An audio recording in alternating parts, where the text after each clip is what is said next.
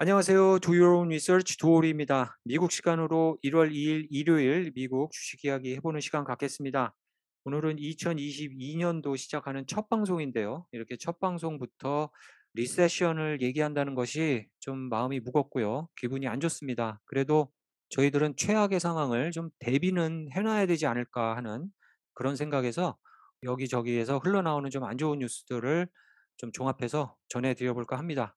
첫 번째로는 일론 마스크가 트위터에 남긴 소식이에요. 12월 30일 날 어떤 사람이 이런 그 스타트업들, 유니콘 기업들 한 1 빌리언 달러 마켓캡 되는 그런 회사들에 대해서 트윗을 날렸는데 그 일론 머스크가 앞으로 리세션이 오면은 대부분의 회사들이 아마 버텨내기는 힘들 것이다라는 그런 좀 충격적인 트윗을 날렸고요. 그럼 이 사람이 그러면 그 리세션은 언제 정도일 것으로 보이느냐? 고 얘기했더니 2022년도 봄 또는 여름이 될 것이다. 만약에 아니면 늦어도 2023년은 지나지 않을 것이다라고 얘기를 했습니다. 인플레이션이 상당히 최대의 요인이지 않습니까? 인플레이션도 있고 고용도 제대로 못 하고 있고요. 지금 병목 현상도 있고요. 항구에서 제때제때 이런 들어오는 물품들을 쳐내고 있지 못하는 그런 상황, 여러 가지 지금 악재가 겹쳐 있는 상황에서 페드가 과연 인플레이션을 잡기 위해서 이자율을 어느 정도 올리느냐가 2022년도에는 관건일 것 같아요. 2021년도에 페드가 얘기하기를 3월 달부터 이제 2022년도에 3번의 이자율을 올릴 것이다라고 얘기를 했습니다. 하지만 아주 천천히 조금씩 올릴 것이다라고 얘기는 했는데 만약에 물가가 걷잡을 수 없이 올라가게 되면 페드가 그것을 잡기 위해서 조치를 크게 취할 수도 있는 그런 상황이 올 수도 있다는 어떤 그런 일론 마스크의 예측인 것 같아요. 만약에 그런 상황이 발생한다 그러면 리세션으로 들어가는 것은 당연한 것이다라고 얘기를 하는 것 같습니다. 이런 경기 침체기가 사실 인플레이션 이후에 시작되는 것이 경제 전문가들의 얘기죠. 특히 경기 부양을 인위적으로 한 그런 경제일수록 이 리세션의 충격파는 더 크고 긴 리세션이 올 수 있다라고 경고를 하고 있습니다. 지금 경기가 화랑인 것은 아니지만 그 화랑을 타고 인플레이션이 온 게 아니죠. 중앙은행이 유동성을 엄청나게 풀은 거기 때문에 인플레이션이 온 건데요. 이런 상황일수록 상당히 큰 불황이 올 수 있다는 경고들이 여기저기서 터져 나오고 있습니다. 하지만 과연 이런 상황에서 중앙은행이 큰 미국의 중간 선거도 있는데 이렇게 크게 갑자기 이자율을 확 올리겠느냐, 그런 반대 의견도 있습니다. 제가 즐겨 듣는 데이브 리라는 그 유튜브가 있어요. 유튜브 채널이 있는데 여기에서 그 로스 걸버라는 투자 전문가의 인터뷰가 좀 재밌는 인터뷰를 해서 여러분들께 좀 들려드릴까 합니다. 이 로스 걸버는 GK ETF를 운영하는 전문 투자가고요. 이 GK ETF의 제일 많은 홀딩이 테슬라입니다. 그리고 여러 가지 고루고루 이제 섞어서 기술주라든가 가치주들을 좀 섞어서 운영을 하는 그런 투자자인 것 같아요. 이 사람의 얘기는 되게 재밌는 얘기가 있어요. 2022년도에 페드에서 이자를 3번 올리면 세 번째 올리는 시점에서 자기는 주식 투자를 접고 나가겠다, 그런 얘기를 합니다. 이것이 뭐 사실일지 아닐지는 모르겠는데요. 그만큼 이 사람 의미는 페드에서 그렇게 드라스틱한 이자를 올리는 것을 하지 못할 것이다라는 그런 예측이 있는 것 같아요. 아무래도 여러 요인이 있고요. 인플레이션도 2021년도에 비해서는 그렇게 걱정할 그런 상황까지는 안 갈 것이다라는 그런 예상이 있을 것 같은데 만약에 인플레이션이 이슈가 안 좋게 간다 그러면 이 사람은 2022년도는 상당히 위험한 주식 시장이 될 것이다라는 그런 얘기를 하는 것 같습니다. 한번 간단하게 좀 들어보시겠습니다. pandemic and the big extremes we've seen from no demand to enormous demand, in the opening and the closing of our economy, which has never happened in American history. So that's why I think the demand blip is already behind us from. 그러니까 이 코로나 사태로 셧다운이 되면서 경제가 완전히 마비가 되고 갑자기 그게 풀리면서 이제 병목 현상을 얘기하는 거죠. 그렇기 때문에 지금 상황이 역사적으로는 처음 있는 일이기 때문에 요런 것이 이제 해결이 점점 되면은 어느 정도 인플레이션이랑 경제가 순환이 되면서 이런 걱정거리는 약간 누그러들 수 있다라고 얘기를 하는 것 같습니다. Christmas, we're already seeing supply chains smoothing out because a lot of it is just inefficiency. You know, if you go to a port, you see how it's run, you'd laugh, you know, compared to high tech business today. And then, secondly, the real cost increases. 지금 병목 현상이 일어나는 이유 중에 하나가 항구에서 제대로 밀려 들어오는 물자들을 제대로 인제 빨리 공급을 못하는 상황이죠. 기술주 같은 거 뭐 AI 뭐 이런 거 보면 상당히 발전한 것 같은데 항구에서 작업하는 거 보면 아직 좀 "20 세기 수준이다."라는 "뒤떨어져 있다."라는 얘기를 한 것 같습니다. 테크놀로지가 해결이 되고요. 또 지금은 또 노동시장 얘기를 하는 것 같아요. 그런 것 때문에 오는 임금 인상들을 얘기를 하는 것 같습니다.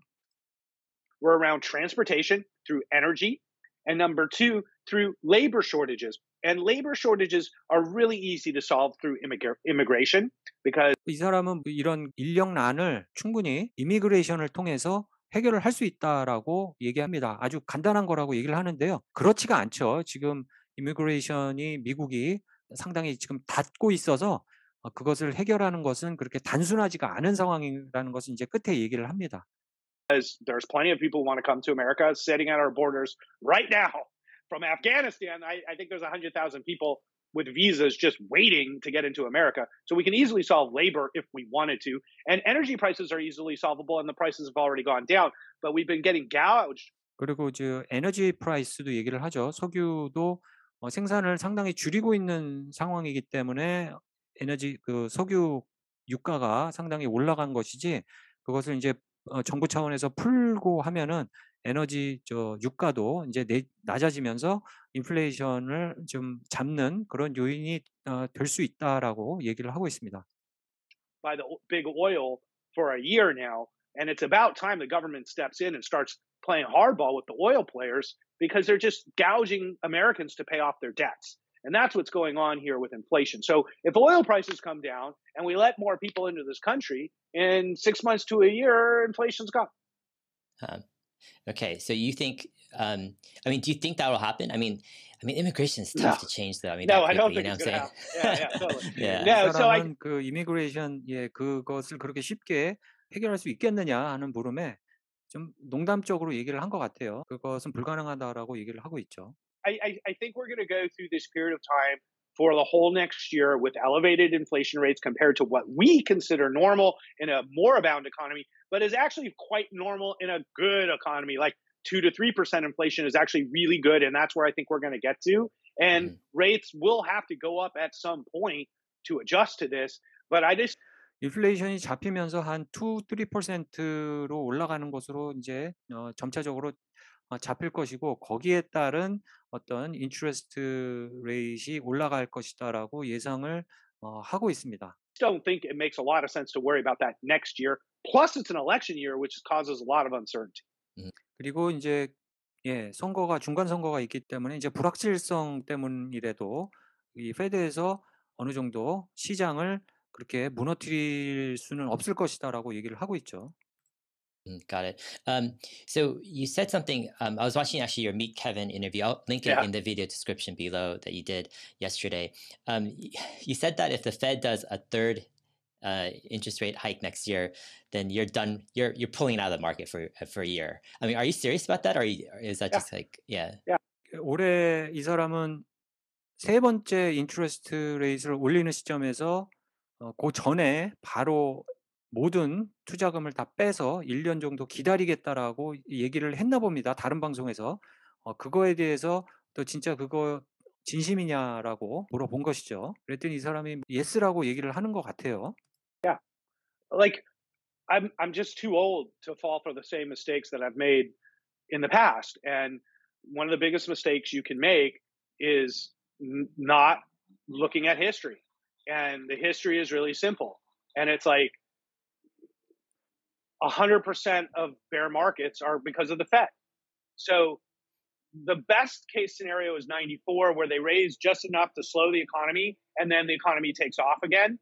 The worst case scenario, of course, my gardener has to come here and I start leaf blowing.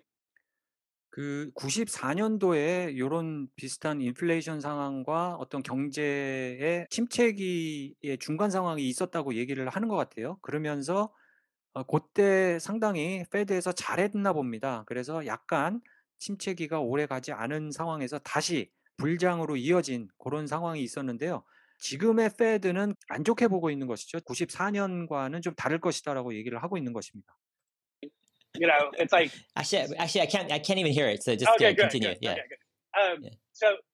Yeah. So the best case scenario would be like '94, where the economy slows down and rates go up, and then they just do it perfectly.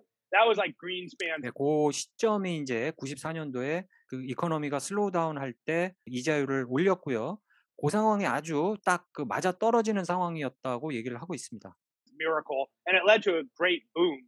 I don't know if this Fed is 그리고 good 나서 enough 인제 그 to do that.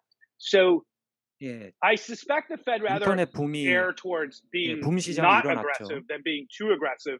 But if they're too aggressive and they raise 3 times next year, I don't think the market can support a higher rate than 1% on the short term. And so 그래서 3 번씩이나 2022 년에 올리는 것은 상당히 어그레시브한 그런 인터레스트 레이트 하이크라고 얘기를 하고 있습니다. 단기에 한 1% 정도 올리는 것은 상당히 위험한 것이라고 얘기를 하는 것 같아요. I'll sit out the readjustment to lower PE ratios. So you get higher earnings, but you get a lower PE ratio when rates go up. And so what you get is a market that goes nowhere. And that's most likely the scenario we'll see next year, where we don't make a lot of money in stocks unless you're a good stock picker.